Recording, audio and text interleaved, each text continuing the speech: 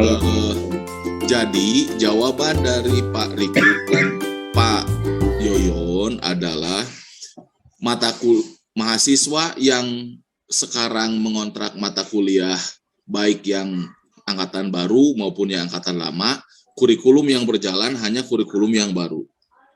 Kalau mahasiswa angkatan 2021 dan 2022 itu tidak akan ada masalah.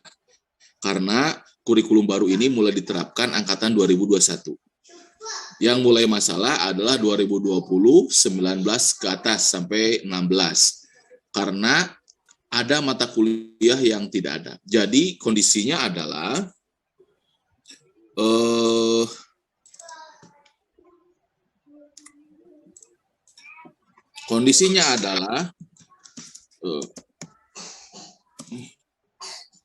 kur lama kita itu berjumlah total sekitar 80 matkul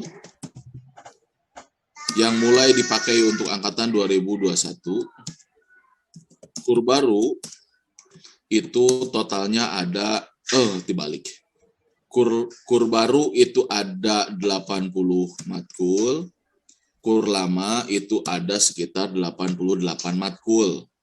Nah, artinya ketika kita menggunakan kurikulum baru, maka ada 8 matkul, selisih 8 matkul hilang di kurikulum lama, di kurikulum baru. Nah, mahasiswa yang mengulang itu kemudian kalau seandainya kebetulan yang mengulangnya yang 8 mata kuliah ini, maka mereka kebingungan. Karena di kurikulum baru tidak ada ekuivalensinya ke sini, Bapak dan Ibu. Sampai dinyalanya gitu. Jadi mereka akan kebingungan. Lalu kami bertanya, bagaimana solusinya untuk 8 matkul ini? Ternyata solusinya adalah untuk tahun ajaran sekarang, pelaporan PD Dikti yang akan dilaporkan nanti. Jadi mahasiswa yang angkatan 2021 itu sudah aman, 2020 ke sini atau sampai 2016 mereka di transkrip nilainya akan double, Bapak dan Ibu. Kurikulum lama yang sudah mereka tempuh sebelum 2021 tetap akan menempel, dan kurikulum baru yang mereka kerjakan sekarang itu juga akan menempel. Jadi tidak ada konversi. Jadi transkrip nilainya kita bakal double, Bapak dan Ibu. Mata kuliah yang sudah pernah mereka ambil di tahun 2021 ke bawah itu akan muncul disandingkan dengan kurikulum baru yang notabene memang betul-betul baru mata kuliahnya. Gitu. Jadi tidak ada istilah konversi.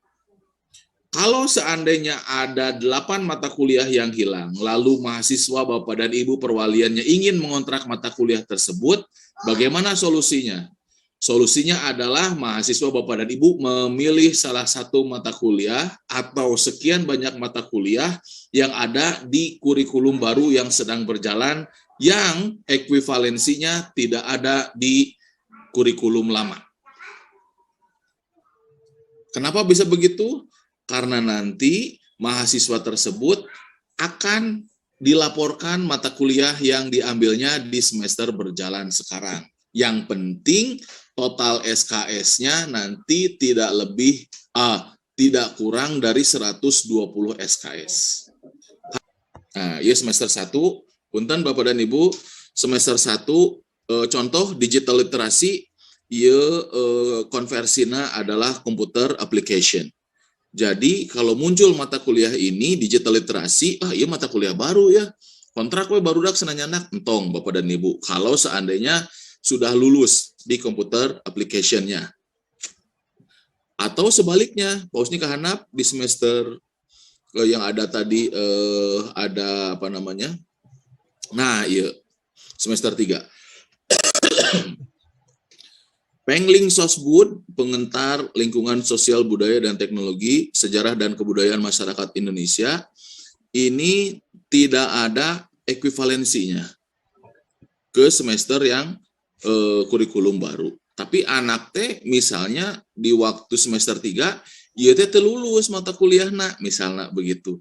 Sudah saja langsung pokoknya ngontrak di semester 3 yang berjalan, ini diambil semua, kalau memang jatahnya cukup untuk mengambil semua. Atau seperti yang Angga bilang waktu kemarin terakhir rapat, diberikan dispensasi kalau seandainya memang alasannya kuat. Bapak dan Ibu memberikan dispensasinya. Lalu nanti bagaimana ini mata kuliah yang tidak lulus ini? Nanti mata kuliah yang tidak lulus ini, Pattern atau Pengling Sosbud dan Teknologi, ini nanti setelah mata kuliahnya mencapai 120 SKS minimal, dia bisa melakukan yang namanya SP khusus kalau seandainya masuk ke AMS atau mahasiswa ambang masa studi. Atau ketika dia mengontrak semua mata kuliah di kurikulum baru, ternyata bisa memenuhi semua SKS yang belum lulus di kurikulum lama. Maka itu juga tidak jadi masalah. Begitu tanggapan dan jawaban dari Pak Yoyon dan Pak Riku tadi. Walaupun kumargi masih kena aya waktos, wayahna panginten sadinten deui bilih karena begini Bapak dan Ibu. Jadi di sistem situ 2 yang baru ini di Unpas tidak akan ada add and drop. Bapak dan Ibu, tidak akan add and drop. Janten upami Ibu dan Bapak salah memberikan arahan atau napi salah meng-ACC atau napi keliru lah begitu, maka ini satu semester ini tidak bisa berubah lagi setelah tanggal 15 besok. Gitu panginten, Ibu kali Bapak, diskusi kita malam hari ini untuk menginfokan itu agar mahasiswa kita di semester berjalan ini tidak ada kesalahan atau ada yang dirugikan, misalnya begitu. Atau kalau mahasiswa Pak Husni katanya ada yang protes, Pak, saya sudah ngambil mata kuliah Pattern di semester kemarin, semester 3 tahun lalu ya Pak Husni begitu ya. Lalu nilai saya sudah apa? Tapi di semester sekarang tidak ada mata kuliah Pattern atau nilai saya hilang, Pak, rugi, saya sudah kuliah. Ternyata kata Pak Wandri dan Pak Yoyon, mata kuliah yang sudah diambil dan sudah dianggap lulus di semester sebelumnya, maka dia tidak akan dihapus karena sistemnya bukan konversi. Tapi sistemnya mata kuliah yang sudah pernah diambil itu tetap akan muncul sebagai pemberat untuk memenuhi 144 SKS. Gitu ya, Pak Husni tadi ya? Pembahasan dari Pak Wandri dan Pak Riku dan Pak Yoyon. Jadi tidak dirugikan siswa walaupun di kurikulum yang baru tidak ada mata kuliah tersebut. Karena si Pattern ini akan terus menempel di KRS mahasiswa yang bersangkutan. Kalau kita jumlahkan di kurikulum yang baru semester 3 itu hanya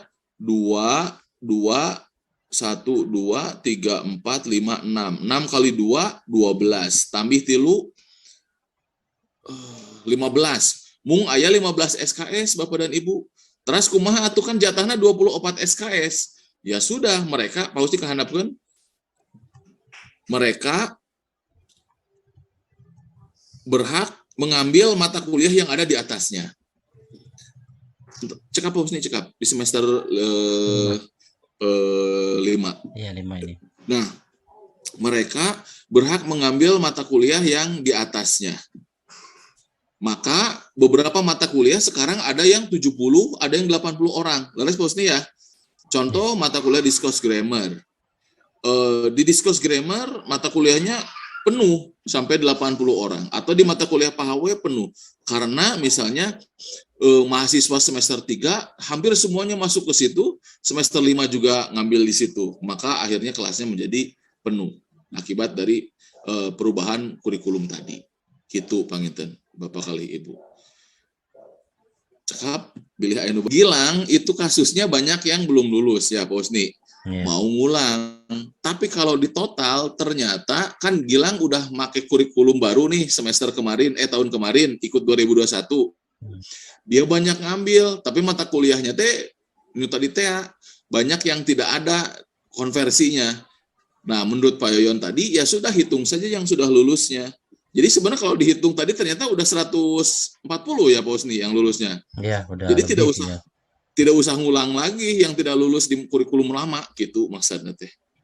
Langsung bisa loncat, termasuk misalnya siswa Ibu Seni teh sabu anu rektor teh Bu, emaknya teh Noval tinggal ngitung aja mata kuliah yang lulusnya antara kurikulum lama dan kurikulum baru, berapa yang lulusnya. Kalau di atas 140, 142, maka sudah berhak untuk sidang. Walaupun ada yang masih belum lulus. Nah, yang belum lulusnya itu nanti dia delete di transkrip nilainya. Kalau tadi pendapat Pak Riku dan Pak Wandri begitu. Karena transkrip nilainya nanti double TA. Kurikulum lama nempel, yang pernah diambil kurikulum baru juga nempel gitu. Upami kapungkur mah kurikulum lama naon engke dikonversi tina kurikulum baru teh kadinya cenah kitu. Tapi untuk sistem pelaporan teh jadi kurikulum lama tidak bisa diinputkan dengan nama mata kuliah kurikulum baru karena tidak terlaporkan teh Bu. Mata kuliah yang dikontrak di kurikulum lama ai kuliahna kurikulum baru gitu tah. Ai kontrak pelaporan ke diktinya mah kan yang dilaporkan adalah mata kuliah baru. Sanes mata kuliah lama, ai nilaina disimpan di kurikulum lama. Teu tiasa cenah eta teh gitu. Janten mahasiswa yang itulah kenapa kurikulumnya jalannya satu walaupun ada 2 angkatan atau lebih yang menggunakan kurikulum yang berbeda. Gitu jawabannya.